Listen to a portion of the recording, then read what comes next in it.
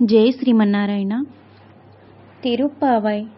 ఈరోజు మనం 11వ పాసురం యొక్క తాత్పర్యం తెలుసుకుందాం. భగవంతుడు వశమయ్యేది భక్తి సౌందర్యంతోనే. ఆండాళ్ తిరువడిగళే శరణం. గోపికలు యుగాయితం నిమిషేణ చక్షుషా ప్రాప్యుడాయితం శూన్యాయత జగత్సర్వం గోవింద విరహేణమే అని భావిస్తారు. ఒక కంటి రెప్పపాటు గోవిందుని ఎడబాటును సహించేవారు కాదట. పరమ భక్తుల స్థితి అలా ఉంటుంది. భక్తులెప్పుడు తమనొక నాయికగా, భగవంతుణ్ణి ఒక నాయకుడిగా భావిస్తారు. భగవంతునిపై వారికుండే భక్తి, జ్ఞానం వారి సౌందర్యం. ఒక స్త్రీ సౌందర్యానికి పురుషుడు వశమైనట్లే భగవంతుడు కూడా ఒక భక్తుడిలో కొన్ని సౌందర్యాలు చూస్తాడు. వారు ఏది చేసినా, చూసినా, విన్నా లౌకికమైన వాటి యందు శ్రద్ధ లేకుండా వాటి వెనకాతల కారణభూతుడైన భగవంతుణ్ణి భావిస్తూ అన్ని పనులు భగవత్ సంబంధంగానే చేస్తారు. ఇలాంటి సౌందర్యానికే భగవంతుడు వశమై ఉంటాడు. ఇవాల్టి గోపబాలికది దివ్యమైన సౌందర్యం కలది. పురుషులను ఆకర్షించేది. దేహ సౌందర్యమైతే పురుషోత్తముణ్ణి ఆకర్షించేది భక్తి సౌందర్యం. ఇవాల్టి గోపబాలిక అలాంటి సౌందర్యం కలది. గొప్ప వంశానికి చెందినది. చాలా పాడి సంపద కల వంశంలో పుట్టినది ఈ గోపబాలిక.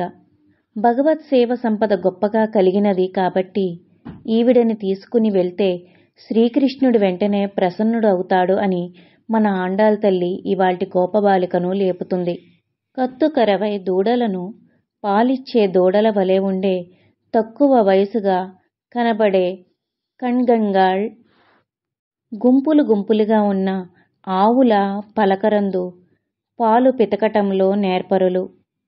షెత్తార్ తిరల్ అరియ శత్రువుల బలం నశించేట్టుగా చెండ్రు షెరుచెయ్యుం వాళ్ల దగ్గరికి వెళ్ళి వాళ్ల మదమును అణచగలిగేవారు.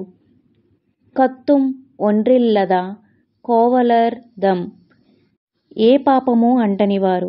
ఎందుకంటే వీరు ఏమి చేసినా శ్రీకృష్ణుడి కోసమే కదా చేసేది. శ్రీకృష్ణుడి శత్రువులే వారి శత్రువులు.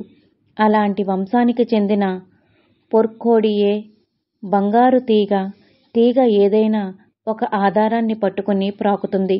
ఈ గోపిక శ్రీకృష్ణుణ్ణి ఆధారంగా చేసుకుని ప్రాకే బంగారు తీగ. శరీరంలో ఏదో ఒక అవయవం అందంగా ఉంటే అది సౌందర్యం అంటారు. అదే సామూహికంగా పాతాది కేశాంతంగా ఉండిన సౌందర్యాన్ని లావణ్యం అంటారు. మరి ఆమె లావణ్యాన్ని ఆండాళ్ తల్లి ఇలా వర్ణిస్తుంది. పుత్తరవల్ గుల్ తన పుట్టలో ఎలాంటి భయం లేకుండా చుట్టుకొని పడగ లేపి ఉన్న ఒక పాములాంటి అందం కలిగి ఉండి, పునమయిలే ఏ భయం లేని తన వనంలో పురివిప్పిన నెమలిలాంటి కేశ సౌందర్యం కలదానా? పొదరాయి రావమ్మా, నీ వెంట మేము నడుస్తాం. సుతత్తు తొర్రిమార్ ఎల్లారుం వందు ఈ చుట్టూ ఉండే చిలికత్తెలు అందరూ వచ్చి నిన్ ముత్తాం పుగుందు నీ ముంగిట ప్రవేశించి ముంగిల్ వണ്ണన్ పేర్ పాడా నీలమేఘశ్యాముని పేరు పాడుతున్నాం. నిన్ను నెమలితో పోల్చాం. నెమలి మేఘాన్ని చూసి ఎలా పరిగెత్తుతూ వస్తుందో నీలిమేఘశ్యాముని మేం కీర్తిస్తుంటే నీవు వస్తావని అనుకున్నాం. కాని సితాద్దే ఉలుకు లేదు, పేసాదే పలుకు లేదు. షెల్వా పెండాటి ఓ సంపన్నురాలా, ఏవమ్మా ఐశ్వర్యమదమా, నీ ఎత్తుక్కురంగుం పోరుళ్ లేకుంటే ఎందుకు పడుకున్నావు అంటూ లోపలి గోపబాలిక వంశాన్ని, సౌందర్యాన్ని కీర్తిస్తూ ఆ గోపబాలికను లేపుతుంది ఆండాళ్ తల్లి. 11వ రోజు యొక్క తాత్పర్యం సంపూర్ణం. సర్వం శ్రీకృష్ణార్పణమస్తు.